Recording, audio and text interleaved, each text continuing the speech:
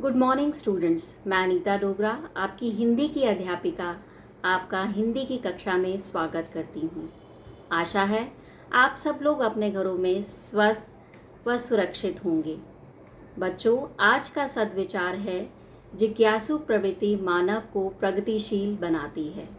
जो मानव जानने की इच्छा रखता है वह कभी रुकता या ठहरता नहीं है। अधिक से अधिक जानने की इच्छा उसे सदैव प्रगतिशील और विकासशील बनाती है।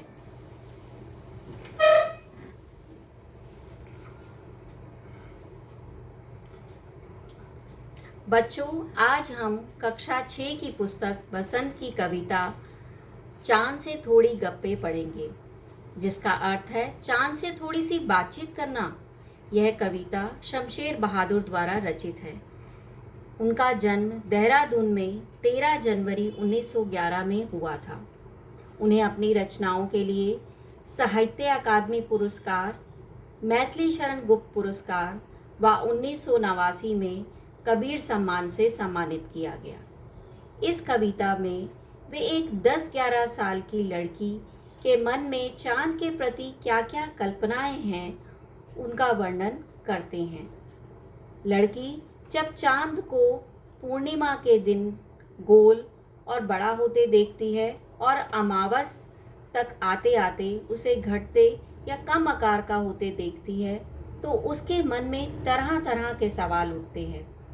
वह उन सवालों के जवाब चांद से मांगती है और फिर स्वयं ही वह उसके जवाब देती है, जो इस कविता के रूप में प्रस्तुत हैं।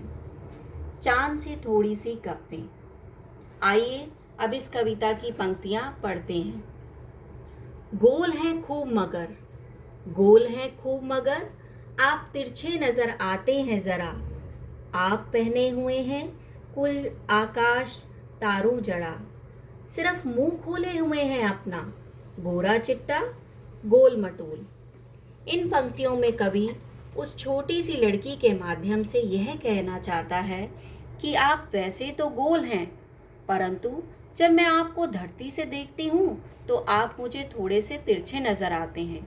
और जिस तरह से हम सुंदर सुंदर कपड़े पहनते हैं, वैसे ही आपने भी आकाश रूपी कपड़ा पहना हुआ है, जो अनेक तारों से जड़ा हुआ है, यानी जिसमें अनेक तारे लगे हुए हैं। और आपने उस कपड़े को ऐसे पहना हुआ है कि आपके सारे अंग उसमें ढके हुए हैं।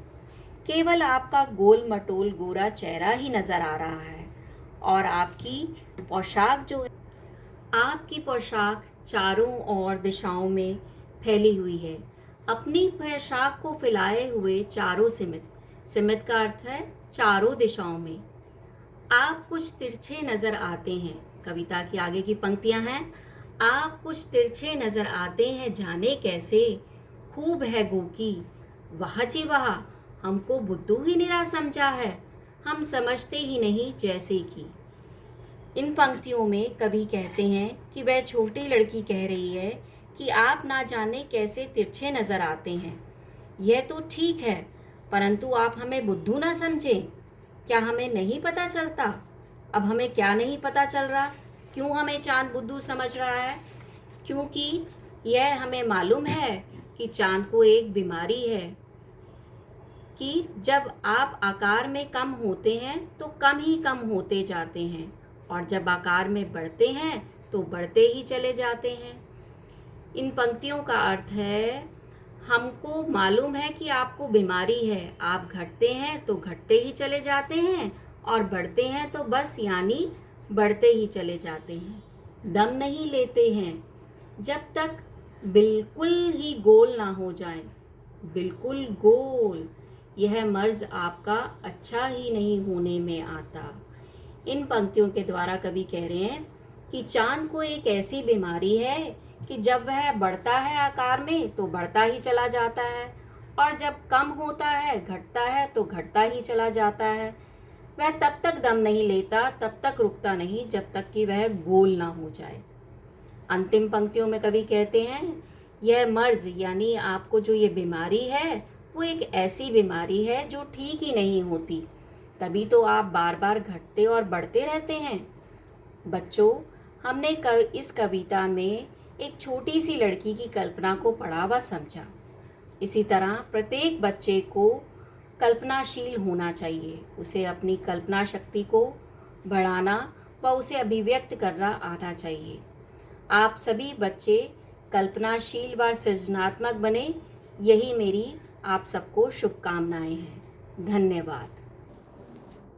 बच्चों, आशा है आपको यह कविता व इसका अर्थ अच्छे से समझ आ गया होगा। लेकिन फिर भी अगर आपके मन में कोई आशंका हो, कहीं आपको कुछ समझ ना आया हो, तो आप कक्षा में मुझसे पूछ सकते हैं। आपका बहुत बहुत स्वागत है कि आपको कुछ ना आए और आप मुझसे पूछ पाएँ।